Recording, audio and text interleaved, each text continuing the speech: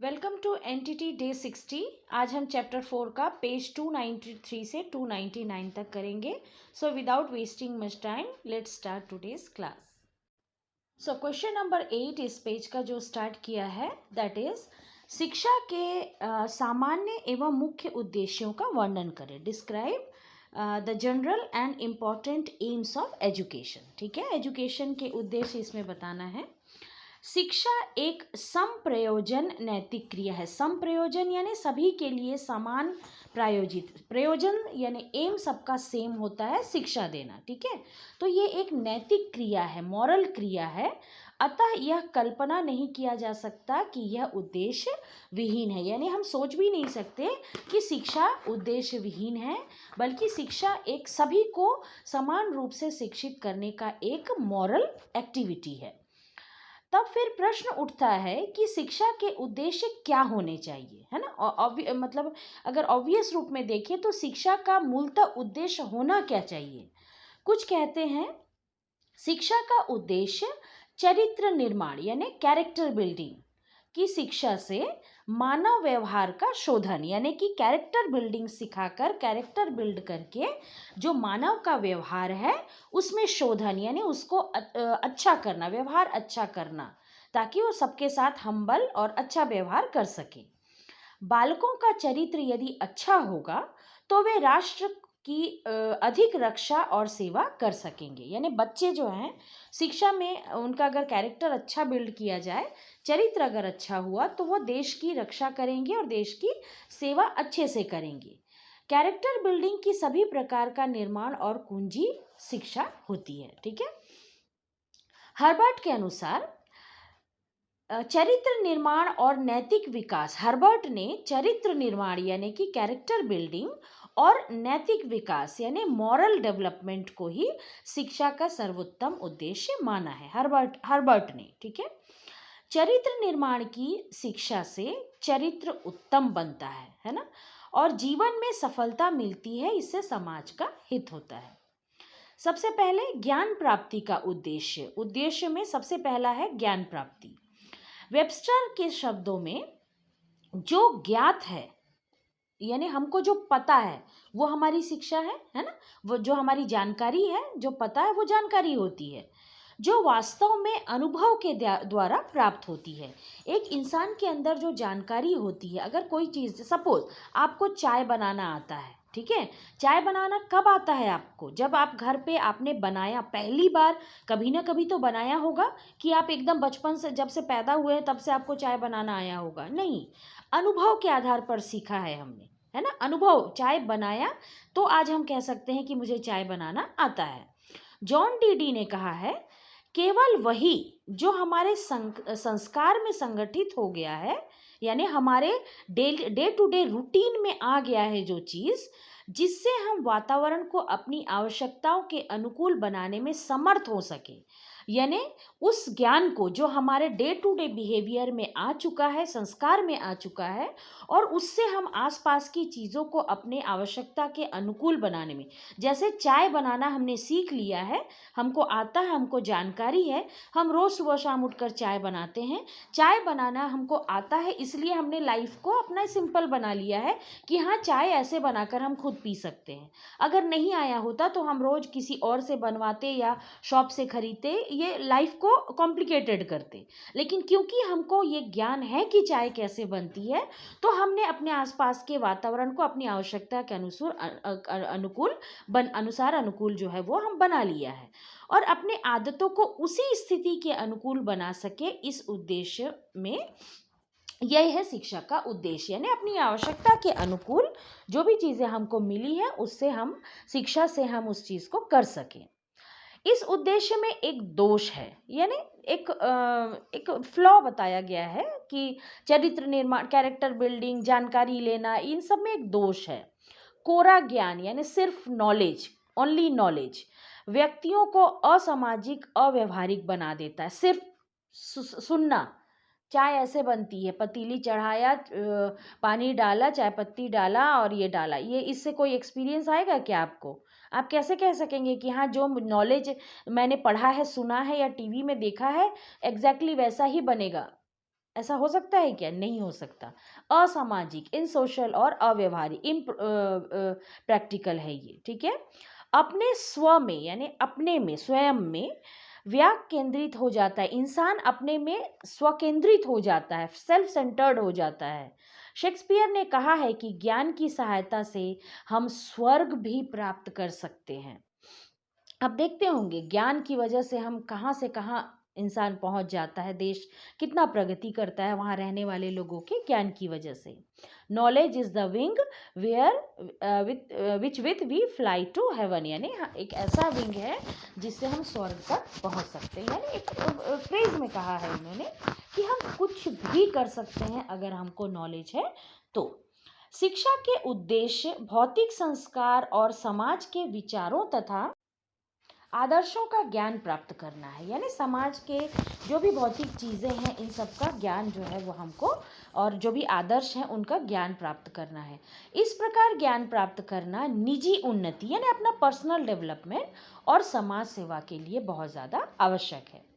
Adams ने कहा है ज्ञान पर बल देने से यानी सीखने से, ज्ञान लेने से विद्यालय ज्ञान की दुकान और शिक्षक सूचना विक्रेता बन जाते हैं। ज्ञान पर बल देने से, पढ़ना है, सीखना है, इसके लिए क्या होता है? विद्यालय शिक्षा की दुकान, जहाँ पे हम जाकर, दुकान क्या होता है? जहाँ पे हम कोई चीज़ जाकर लेते हैं, हमको वो मिलती है वो चीज़।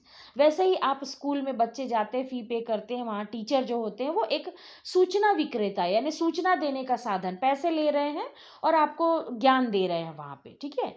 यह कहा जा सकता है कि ज्ञान ही शिक्षा का एकमात्र उद्देश्य नहीं हो सकता। शिक्षा का उद्देश्य सिर्फ ज्ञान देना नहीं होता। क्या स्कूल में सिर्फ बच्चा सब्जेक्ट पढ़ने के लिए आता है? नहीं, वहाँ पर वो सारा कुछ सीखता है। अपना anger management, stress management, classroom management, life management, सारे स्किल्स सब कुछ सीखता है अपने सब्जेक्ट के ज्ञान के अलावा भी। मनुष्य ज्ञान की उच्चतम सीमा को लांघ सकता है, यानी किसी भी एक्सटेंड तक आप जा सकते हैं। जैसे सपोज हमारे जो स्पेस साइंटिस्ट होते हैं, पहले उन्होंने अर्थ का बारे में पता लगाया, फिर मून के बारे में पता लगाया, फिर सन के बारे में, फिर इस तरह से धीरे धीरे धीरे धीरे नॉट ओनली अपने सोलर सिस्टम के सारे प्लैनेट, सारे उसके, बल्कि यूनिवर्स में आगे भी जहाँ जहाँ तक ये यूनिवर्स फैला है काफ़ी हद तक पहुँच गया है ना, और आगे भी पहुंच रहा है वो। तो ज्ञान की कोई सीमा नहीं होती, सीमा के परे ज्ञान जो है वो सीमा के परे जो है वो जाया जा सकता है।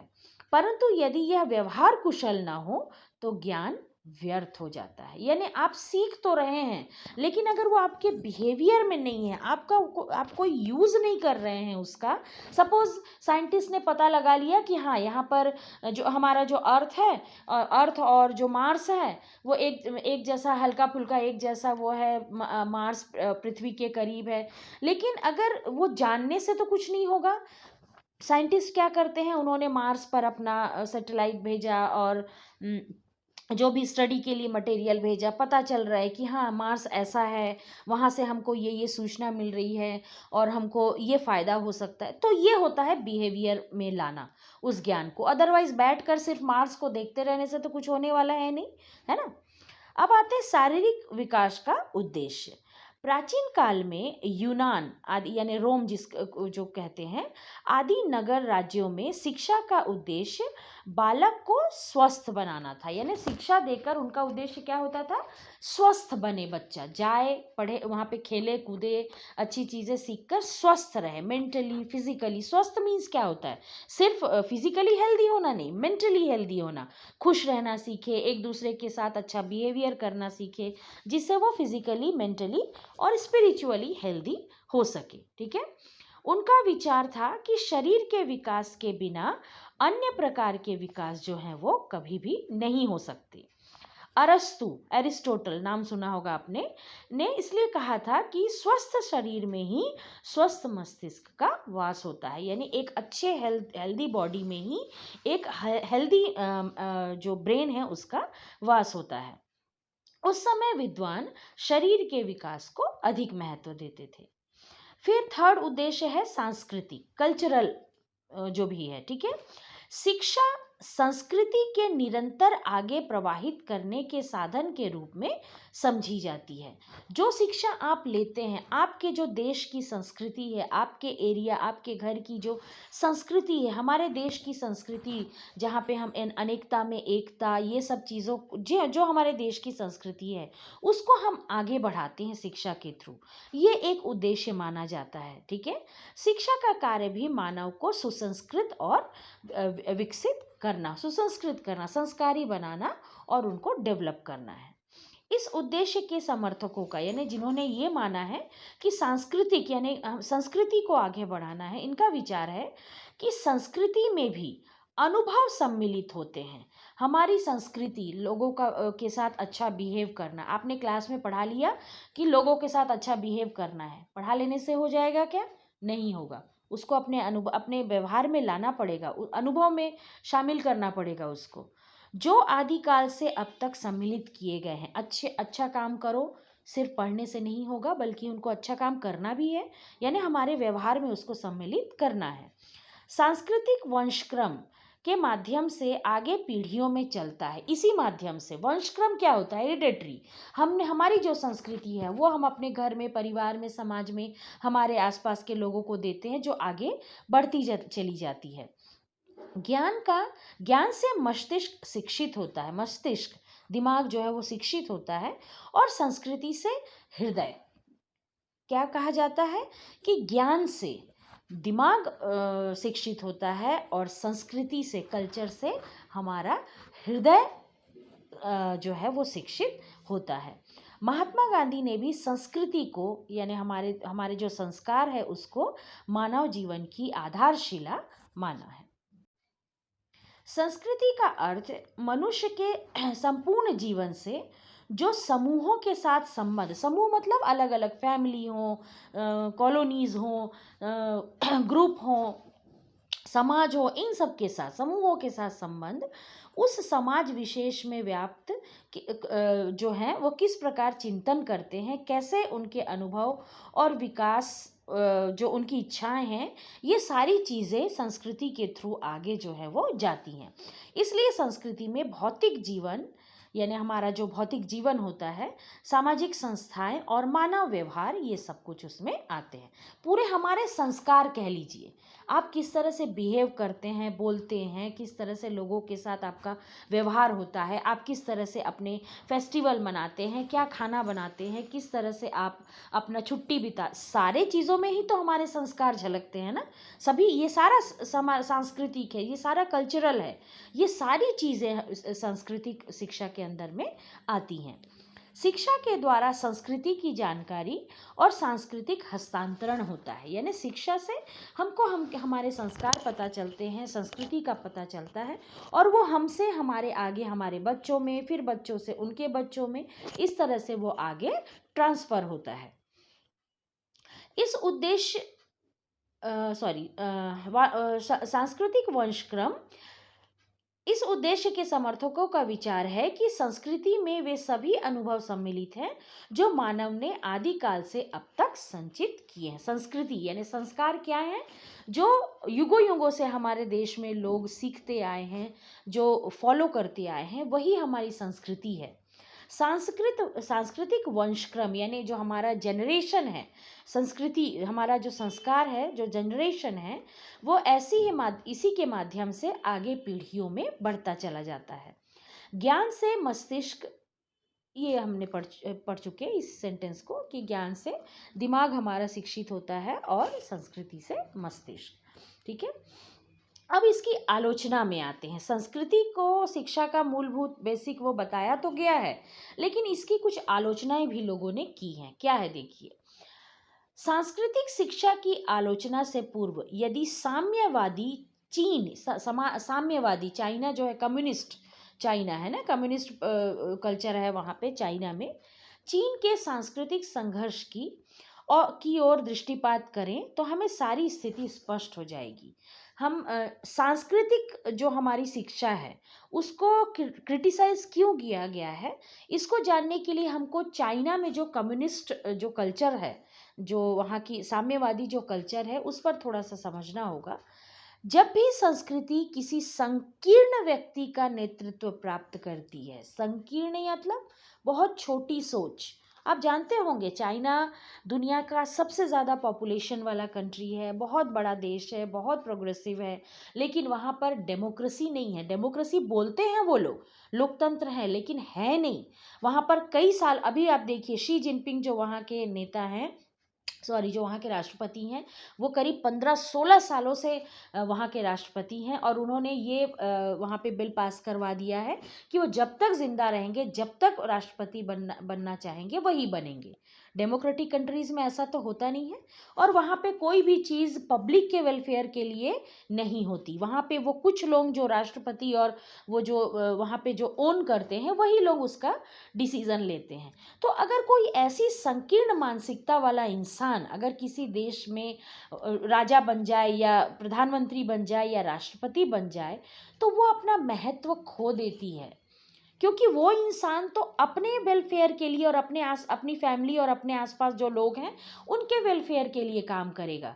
संस्कृति और कल्चर कैसा बनाएगा? जो उसको सूट करता हो, जो उसको अच्छा लगता हो, है ना। जैसे आप चाइना की बात करेंगे तो चाइना में वहाँ पे मीडिया का कोई वो नहीं है। देश हम जैसे दुनिया में मीडिया जो है, दुनिया के हर देश का आपको न्यूज़ ला के देगी, लेकिन चाइना में ये सब पर बैन है ना। तो यहाँ पे लोगों की जो अधिकार है उनको मारा जाता है।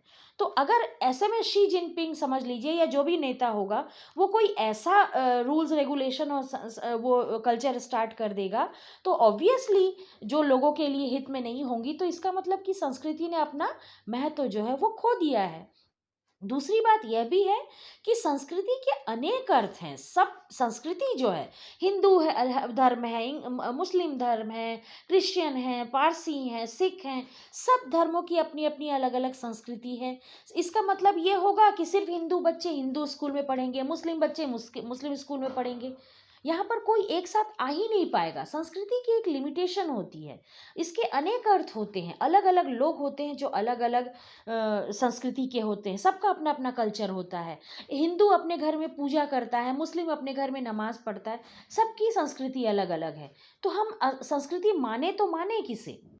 ये समस्या हमेशा रही है कि कौन सी संस्कृति को माने, है ना। यह शिक्षा मनोविज्ञान इसलिए भी है कि आज के युग में व्यक्ति नई परंपराओं और परिस्थितियों में जीता है, कोई भी धर्म का हो। अब वो पुराने ऑर्थोडॉक्स जो भी ट्रेडिशनल वो हैं उसको बहुत कम ही मानता है। वह प्राचीन के मतलब पुराने के साथ बंधकर नहीं चल पाता अब, ठीक है। तो यहाँ पर यह आलोचना की गई है संस्कृति शिक्षा की। फिफ्थ है समायोजन का उद्देश्य।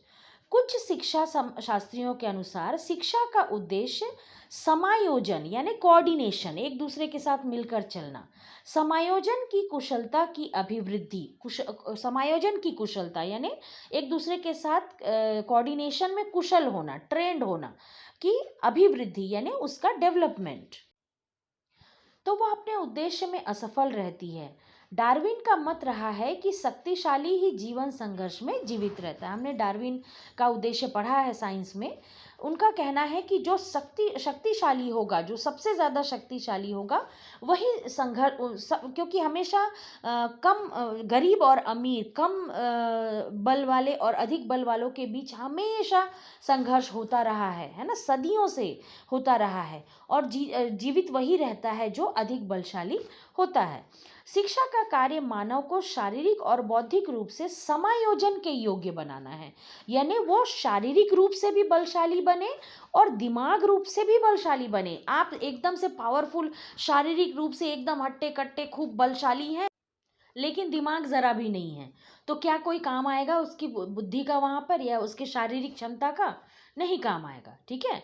तो उनका कहना है कि दोनों रूप से कोऑर्डिनेशन के योग्य है वो जो है वो शिक्षा उसको बनाना चाहिए। वातावरण ही वास्तविक शिक्षक है, हमारा आसपास, हमारा नेचर, यही जो है वो असल शिक्षक होता है।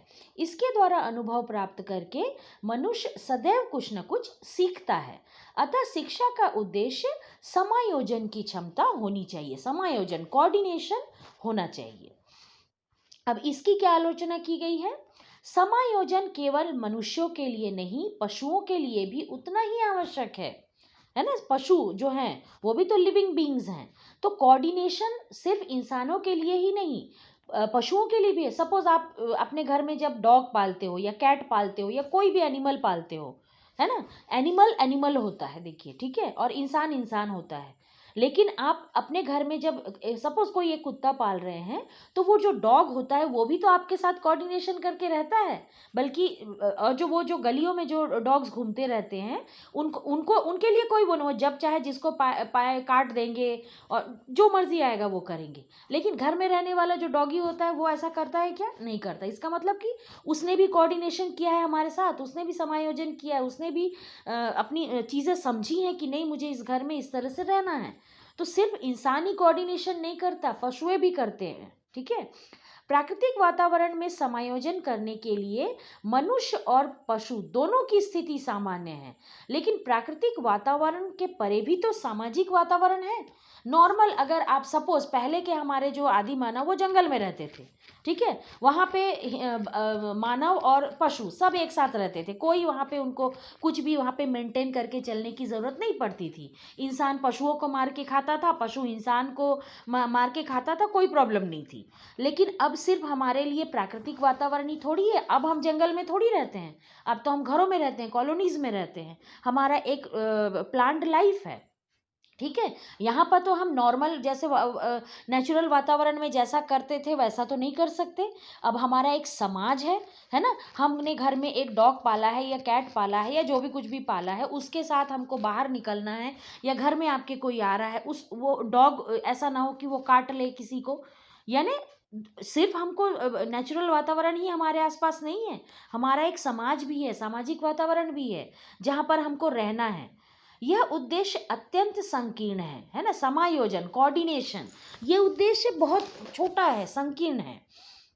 प्रकृति जहाँ शक्तिशाली को जीवित रखती है, वहाँ वह अयोग्यों को भी योग्य बनाती है। देखिए, आप प्रकृति की अगर बात करें, नेचर, जंगल को ले लीजिए जहाँ पे नेचुरल एनवायरनमेंट है, वहाँ पर एक बड़ा हाथी और शेर भी रहता है और छोटे छोटे जीव भी रहते हैं। सभी को लिविंग के लायक बनाती है प्रकृति। ये नहीं कि हमने हमेशा सुना है कि जो बलशाली होता है वो छोटे को मार देता है ना, लेकिन इसका मतलब ये नहीं कि छोटे छोटे जीव जितने जंगल में रहते हैं वो सबको शेर मार देता है, नहीं। जैसे बंदरों को उसने एक पेड़ से दूसरे पेड़ तक छलांग लगाने लायक बनाया है, छोटे छोटे जो होते हैं उनको छुप जाने के लायक बनाए हैं। प्रकृति ने सबको पावरफुल बनाया है, सभी को दिया है ये स्ट्रेंथ कि वो अपना जो है वो बचाव कर सके, ठीक है। तो यहाँ पर समायोजन ही हमारी शिक्षा का संपूर्ण उद्देश्य जो है वो नहीं हो सकता। जॉन डीडी के अनुसार वातावरण से पूर्व अनुकूलन का अर्थ है, वातावरण से पूर्व अनुकूलन का अर्थ है मृत्यु। यानी इंसान जो है, जो वातावरण, जो हमारा जो एनवायरनमेंट है, एनवायरनमेंट से पूर्ण एडॉप्टेशन, अनुकूलन यानी एडॉप्टेशन, आप वातावरण के अनुकूल अगर हैं, आपको मतलब अगर जंगल में रहना है, नेचुरल एनवायरनमेंट में रहना है, तो इसका अर्थ क्या है? इसका अर्थ है मृत्यु, क्योंकि जंगल में तो आप रह नहीं सकते, वहाँ तो दुनिया भर के सांप बिच्छू से लेकर शेर भालू सब कुछ है जो आपको मार डालेंगे, है ना। आपको रहना कहाँ है? आप यहाँ पर एक प्रोटेक्टेड समाज में जो है वो रहते हैं। आवश्यक बात यह है कि वातावरण पर नियंत्रण किया जाए। आपके जंगल का एरिया अलग है, शहर का एरिया, गांव का एरिया जहाँ लोग रहते हैं वहाँ अलग है बिल्कुल। आप ये नहीं कह सकते कि जंगल का जो शेर है वो घूमता रहे आके शहर में, गांव के अंदर, कॉलोनी के अंदर, और कोई प्रॉब्लम नहीं आएगी। ऐसा हो सकता है क्या? नहीं हो सकता। अतः समायोजन का उद्देश्य अपूर्ण और आवश्यक है। जो है वो समायोजन जो है वो बहुत ज़रूरी है। ये नहीं कह सकते कि शिक्षा सिर्फ समायोजन सिखा सकती है, क्योंकि अगर आप जो जंगल का जो कल्चर है वो जंगल के लिए ठीक है, समायोजन उनके लिए ठीक है, और हमारे लिए समाज का समायोजन ठीक है, पर ये बहुत लिमिटेड है, ठीक है। अब आते हैं नागरिकता का उद्देश्य। आज विश्व शांति प्रणाली में बहुत सारे कंट्रीज़ हैं हमारे पूरे विश्व में, सब एक दूसरे के साथ मिलजुल कर, काफ़ी चीज़ें होती हैं, काफ़ी चीज़ें नहीं भी होती हैं, मिलजुल कर रहेंगे तभी सर्वाइव कर पाएंगे एक दूसरे के साथ, है ना। प्रणाली में परिवर्तन आया है, ऑब्वियसली बहुत परिवर्तन आया है। राज्य सत्ता यानी राजा महाराजा की जो सत्ता पहले होती थी उसकी जगह पर अब जनसत्ता यानी डेमोक्रेसी जो है वो उसका अस्तित्व अच्छे नागरिकों के द्वारा होता है। यानी अच्छे अच्छे लोग यहाँ पे राष्ट्रपति या प्रधानमंत्री बनते हैं और देश चलाते हैं। अतः शिक्षा का उद्देश्य नागरिकता का प्रशिक्षण देना है। यानी शिक्षा देने का उद्देश्य क्या होना चाहिए? एक अच्छा नागरिक बने बच्चा, आगे जाकर अपने देश के लिए, समाज के लिए काम करे, विश्व के लिए काम करे। अच्छे नागरिक बनाना उनका उद्देश्य होना चाहिए। अतः शिक्षा का उद्देश्य नागरिकता का प्रशिक्षण देना है। आज लोकतंत्र में हर व्यक्ति को उसके अधिकार और कर्तव्यों का ज्ञान होना बहुत ज़्यादा ज़रूरी है।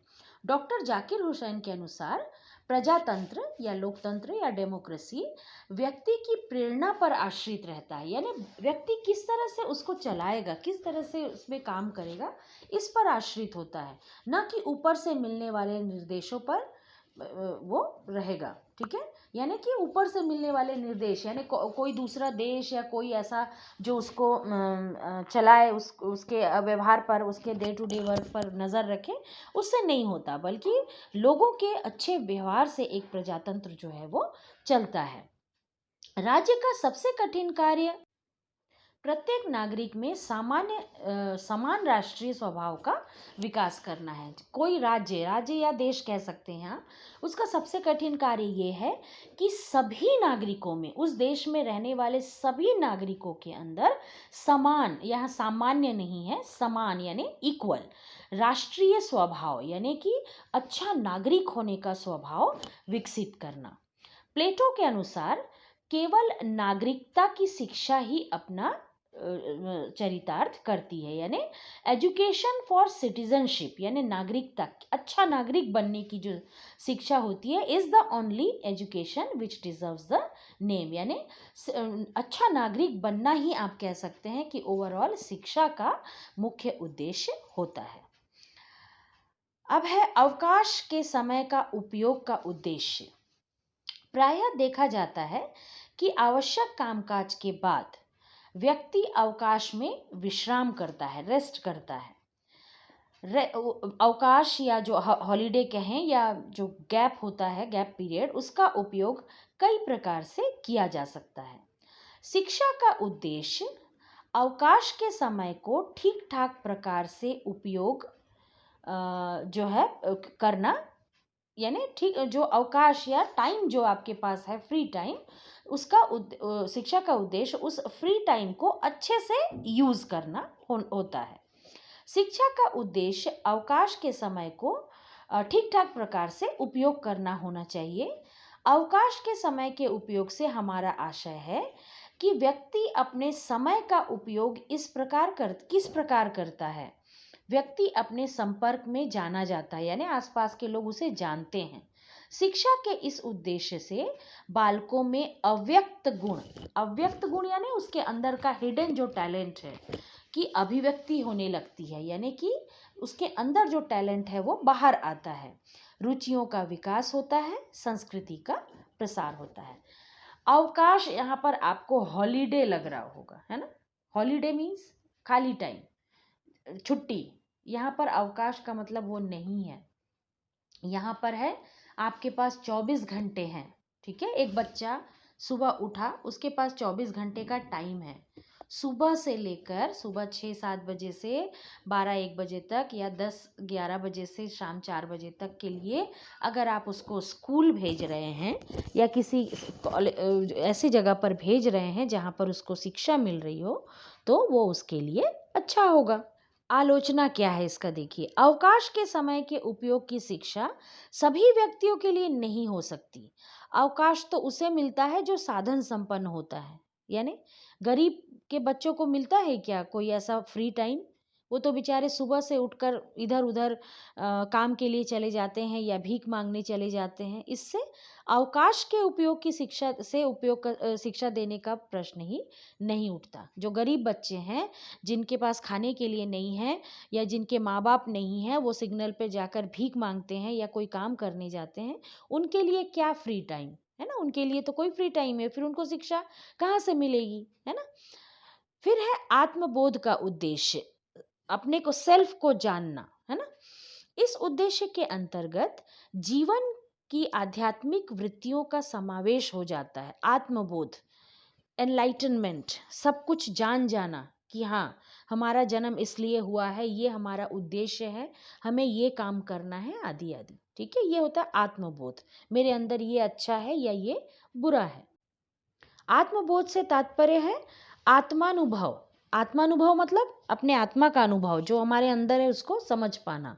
डॉक्टर राधाकृष्णन के अनुसार शिक्षा का उद्देश्य न तो राष्ट्रीय कुशलता है न अंतरराष्ट्रीय एकता, बल्कि व्यक्तियों को यह अनुभव कराना है कि उसमें बुद्धि से अधिक महत्वपूर्ण कोई चीज है जिसे यदि आप चाहें तो आत्मा कह सकते हैं। दिमाग से भी ज़्यादा हमारे लिए इम्पोर्टेंट क्या है? आत्मा, आत्मबोध, है ना। हमारा मन सबसे पावरफुल, वो जानता है कि क्या अच्छा है और क्या बुरा है।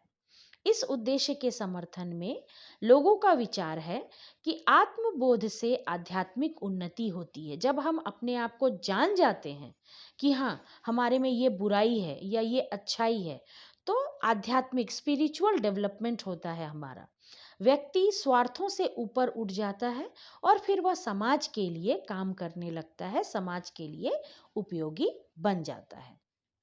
फिर इसका क्या क्रिटिसाइज है, आलोचना है? आत्मबोध का उद्देश्य मानव को लौकिक और अलौकिक जगत की अनुभूति कराना। आत्मबोध एकदम से स्पिरिचुअल चीजें, है ना। आप एक छोटे बच्चे से आत्मबोध की बात कर पाएंगे क्या? स्पिरिचुअल बात कर पाएंगे? वो क्या समझेगा? कुछ समझेगा क्या? लौकिक यानी इस लोक का, दुनियादारी, अलौकिक स्वर्ग नर्क, बाहर की चीजें, स्पिरिचुअल चीजें, सुपरफिशियल चीजें, ये सब जगत की अनुभूति कराना आत्मबोध कहलाता है ना। परंतु यह अनुभूति कब और कैसे होती है? इसकी क्रिया शिक्षा की नहीं, योग की है। शिक्षा से ये आत्मभूति नहीं होगी, ये होगी योग से, मेडिटेशन से, है ना। तब आएगी आत्मानुभूति, आत्मबोध तब होगा। इसमें बच्चा क्या करेगा? बच्चे को आप क्या सुबह से शाम तक स्कूल में क्या योगा और मेडिटेशन करवा पाएंगे क्या? नहीं होगा इससे। ठीक है, यह उद्देश्य मानव के गुणों का परिकार करता है। यानी ये जो उद्देश्य है, ये मानव के गुणों को बढ़ाता है और सद्भाव के लिए तैयार करता है। पर यह भी देखा गया है कि आत्मबोध मुक्त कहलाने वाले व्यक्ति समाज द्वारा अस्वीकृत कार्य करते हैं। मीन्स सपोज ज्ञान, खूब मेडिटेशन कर लिया, गुरुओं से ज्ञान ले लिया, ज्ञान, आत्मज्ञान की प्राप्ति हो गई और चल दिया अपना घर परिवार, बीवी बच्चों और फैमिली को छोड़ के हिमालय पे। यानी क्या हुआ? समाज के द्वारा अस्वीकृत कार्य उसने अस्वीकृत। आपने शादी की है, आपके बच्चे हैं, माँ बाप हैं, उनकी देखभाल करने के बजाय आप कहाँ जा रहे हैं? आप हिमालय पे जा रहे हैं। ये समाज के लिए के द्वारा स्वीकृत नहीं है। आपको आत्मबोध हो गया, भगवान मिल गया, आप चले गए हैं साधु बनने, लेकिन आपकी फैमिली का क्या? जनरली ये लोग कई बार ऐसा काम करते हैं जो समाज के लिए ठीक नहीं होता, परिवार के लिए ठीक नहीं होता। अब आते हैं व्यक्तिगत और सामाजिक उद्देश्य पर। वास्तविकता यह है कि शिक्षा के सभी उद्देश्य व्यक्तिगत और सामाजिक उद्देश्यों में आ जाते हैं। ये दोनों उद्देश्य समाज में चलित व्यक्तिवादी यानी पर्सनल और समाजवादी यानी सोशल विचारधारा का परिणाम है। व्यक्तिगत उद्देश्य के अनुसार शिक्षा का कार्य व्यक्ति का संपूर्ण विकास, ओवरऑल डेवलपमेंट करना है। यह व्यक्ति की प्रधान मंशा यानी कि उसका ओवरऑल डेवलपमेंट हो। सारी ही चीजें जो ऊपर से हमने अभी तक पढ़ी, उन सब का डेवलपमेंट हो, यही शिक्षा की प्रायोरिटी है। और इसके विकास को हर संभव जो सफल बनाना, यही होती है शिक्षा। रेमंड के अनुसार समाज विहीन व्यक्ति एक कोरी कल्पना है। समाज अगर आप नहीं रहते, नहीं रहना जानते, समाज की रक्षा नहीं कर सकते, तो फिर दुनिया या देश की कल्पना आप नहीं कर सकते। आलोचना क्या है? शिक्षा के ये दोनों उद्देश्य एक दूसरे के अभाव में अपूर्ण हैं। एक दूसरे अगर एक भी नहीं रहा तो दूसरा अपूर्ण है। व्यक्ति और समाज, क्या इसमें हमने क्या पढ़ा था? व्यक्ति का भी डेवलपमेंट हो और समाज का भी डेवलपमेंट हो, लेकिन दोनों तो एक दूसरे के पूरक हैं। ये व्यक्ति से ही तो समाज बनता है, अगर व्यक्ति ना हो तो समाज कहाँ से बनेगा, और समाज मीन्स व्यक्ति। अतः दोनों का समन्वय जो है वो बहुत आवश्यक है। रॉस के अनुसार सामाजिक वातावरण जो अलग व्यक्तिगता को का मूल्य नहीं है और व्यक्ति एक अर्थहीन शब्द है, यानी समाज से अलग व्यक्ति कुछ नहीं है और व्यक्ति के बिना समाज कुछ भी नहीं है, दोनों अर्थहीन हो जाएंगे, क्योंकि इसी में इसको विकसित और कुशल बनाया जा सकता है। व्यक्ति ही समाज को कुशल बनाता है, समाज व्यक्ति से ही मिलकर बनाता है, दोनों एक दूसरे के पूरक हैं। Okay, so that's it for today. कल नेक्स्ट हम अपना जो आगे का जो है वो नेक्स्ट क्लास में करेंगे। Till then good bye, take care.